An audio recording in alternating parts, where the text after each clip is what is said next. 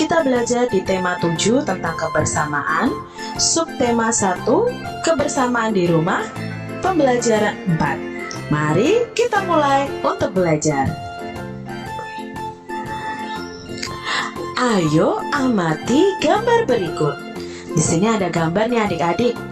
Apa ya gambarnya ini ya? Keluarga Siti sedang apa ini adik-adik? Ya, Siti dan Ali sedang belajar. Siti dan Ali dibantu oleh ayah dan ibunya. Di sini Siti dibantu ibunya, Ali dibantu ayahnya. Pernahkah kalian belajar dibantu orang tua kalian? Pasti pernah kan? Belajar di rumah. Hampir setiap malam, Siti dan Ali bersama keluarga melaksanakan sholat maghrib berjamaah. Setelah sholat, Siti dan Ali belajar mengaji. Usai mengaji, Siti dan Ali belajar. Ibu mengajari Siti mengerjakan tugas sekolah. Ayah mengajari Ali mengerjakan tugas sekolah. Itu adalah kegiatan keluarga Siti. Jadi sore hari setelah sholat maghrib mereka mengaji. Setelah mengaji mereka belajar. Siti dan Ali dibantu oleh ibu dan ayahnya. Kak Citra punya pertanyaan buat adik-adik. Untuk kegiatan sholat itu biasanya dilaksanakan oleh umat yang beragama apa? Ya, umat yang beragama Islam. Ada 6 agama atau kepercayaan yang diakui di Indonesia. Ayo, apa saja 6 agama tersebut? Ya, yang pertama Islam, Kristen, Katolik, Hindu, Buddha, dan yang terakhir adalah Konghucu. Ini adalah 6 agama dan kepercayaan yang diakui di Indonesia. Kalau kalian agamanya apa?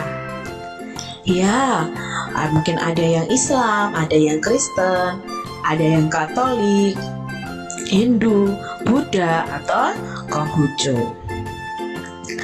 Nah, kita akan belajar tentang agama di Indonesia, khususnya tempat ibadah, hari raya keagamaan, lalu kita belajar kitabnya juga. Perhatikan di sini adik-adik.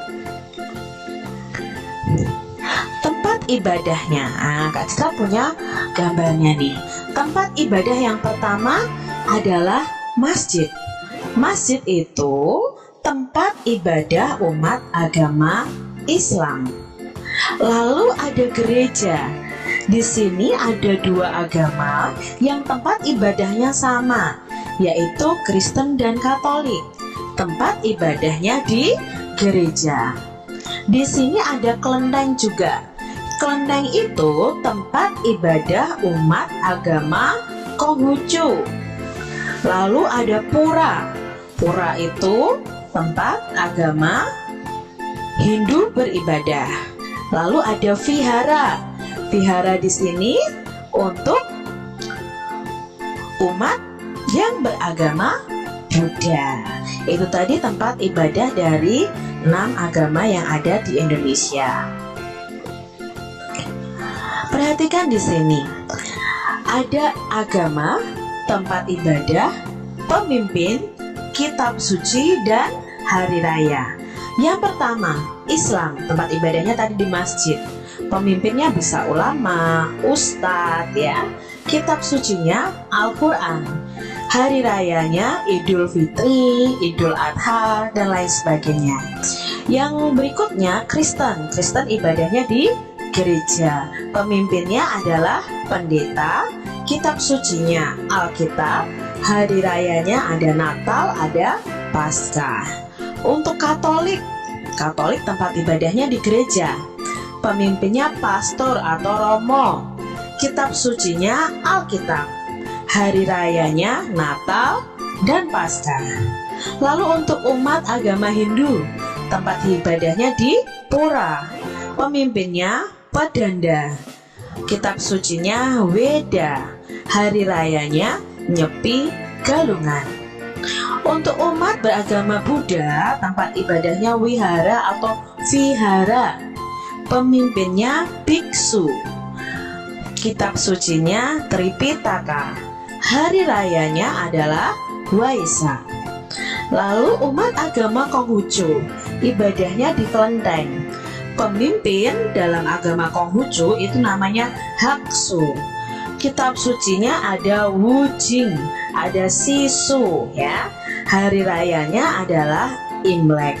Ini adalah 6 agama yang diakui di Indonesia, dari tempat ibadah, pemimpin agamanya, kitab suci, dan hari rayanya. Jadi Kak Citra berharap kalian mengetahui semua dari agama tersebut. Kegiatan keagamaan yang bisa kalian lakukan bersama keluarga. Yang pertama, di sini ada gambar Siti mengaji bersama keluarga. Berarti di sini yang mengaji adalah umat agama Islam. Nah, kalian yang beragama Islam bisa melakukan kegiatan ini bersama dengan keluarga. Yang kedua, Edo beribadah bersama keluarga di gereja. Ya, Beni beribadah bersama keluarga di gereja. Edo dan Beni ini agamanya adalah Katolik dan Kristen. Jadi yang beragama Katolik dan Kristen, kalian bisa pergi ke gereja bersama keluarga kalian. Lani beribadah bersama keluarga di kelenteng. Nah, kalau di kelenteng tadi untuk umat agama apa? Ya, untuk umat agama Konghucu. Lalu Dayu beribadah bersama keluarga di pura. Kalau beribadah di pura itu berarti umat agama Hindu. Yang terakhir, Lina beribadah bersama keluarga di wihara. Wihara adalah tempat ibadah umat agama Buddha. Nah, di sini kegiatan keagamaan bersama keluarga bisa kalian lakukan di rumah bersama keluarga kalian sesuai dengan agama atau keyakinan kalian. Bagaimana sikapmu terhadap teman yang memiliki kegiatan keagamaan berbeda di rumah bersama keluarga? Kamu pasti punya teman adik-adik, dan teman-temanmu mungkin ada yang berbeda agama dengan kalian. Lalu bagaimana sikap kalian kepada mereka? Apakah kalian menjauh? Apakah kalian bertengkar? Tentunya tidak adik-adik. Apa yang harus kita lakukan? Yang pertama, tetap rukun walaupun berbeda agama. Ya, tetap harus hidup rukun. Saling menghargai. Tidak menjelek-jelekan agama lain. Agamanya itu tidak bagus. Tidak seperti itu adik-adik. Memberikan kesempatan teman yang berbeda agama untuk beribadah. Mungkin saat kalian bermain, teman kalian ada yang akan beribadah. Maka berikan kesempatan kepada teman kalian untuk beribadah. Itulah sikapmu terhadap teman yang memiliki kegiatan keagamaan yang berbeda dengan agama kita. Kalian harus tetap menjaga toleransi dalam kehidupan kalian. Ya, adik-adik, jangan membeda-bedakan agama. Jangan aku mau berteman dengan teman yang beragama sama dengan aku saja.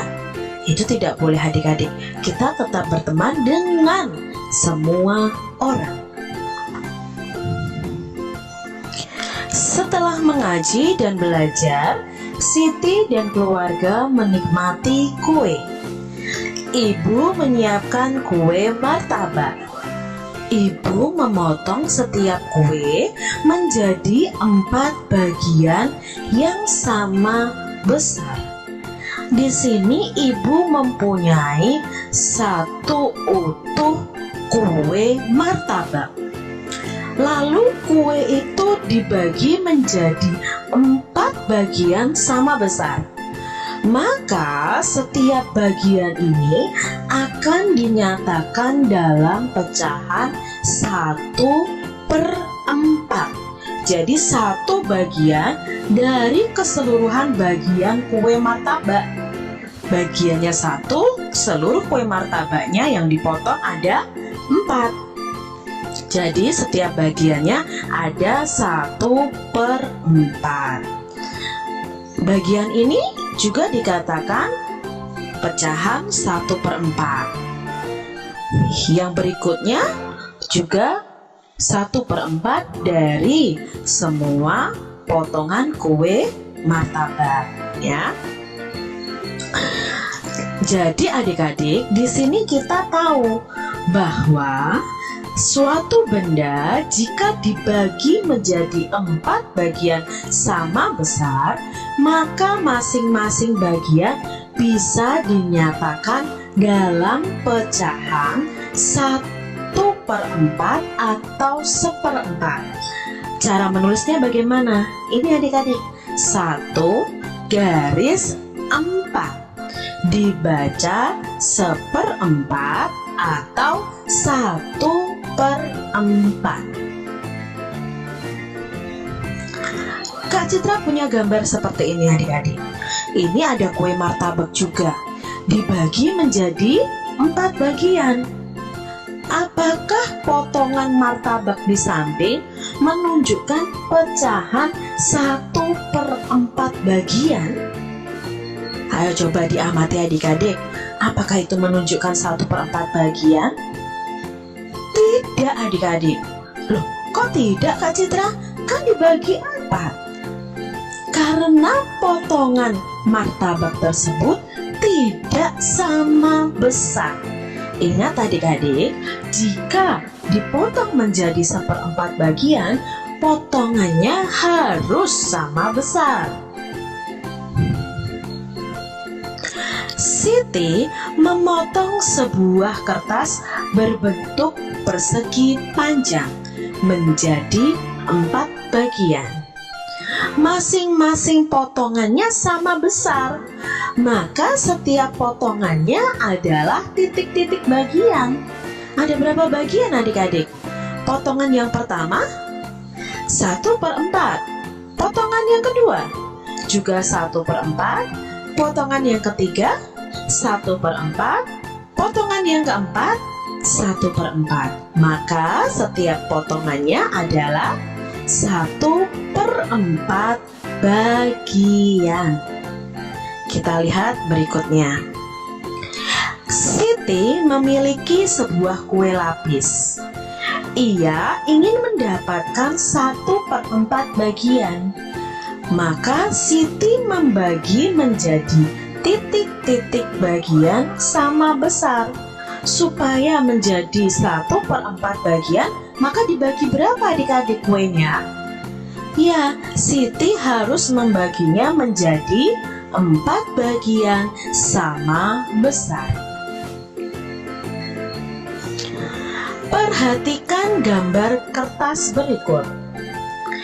Kertas di samping diberi 4 warna yang berbeda. Ada warna biru, merah, kuning, hijau. Masing-masing warna luasnya sama. Ya, masing-masing warna luasnya sama. Maka luas warna biru adalah berapa bagian adik-adik? Ya, warna biru adalah 1/4 bagian. Luas warna merah adalah sama. Warna merahnya hanya 1 dari semua 4 bagian. Maka menunjukkan luas warna merah adalah 1/4 bagian. Luas warna hijau sama adik-adik 1/4. Luas warna kuning juga 1/4. Siti menggunting kertas berbentuk daerah lingkaran. Kemudian ia mengguntingnya lagi. Menyatakan bagian benda dari kumpulan benda yang menyatakan pecahan seperempat, sehingga menjadi bentuk seperti gambar berikut. Bagian yang hilang atau digunting adalah titik-titik bagian dari lingkaran. Ada berapa bagian yang hilang? Yang dipotong itu? Ya, 1/4 bagian dari lingkaran.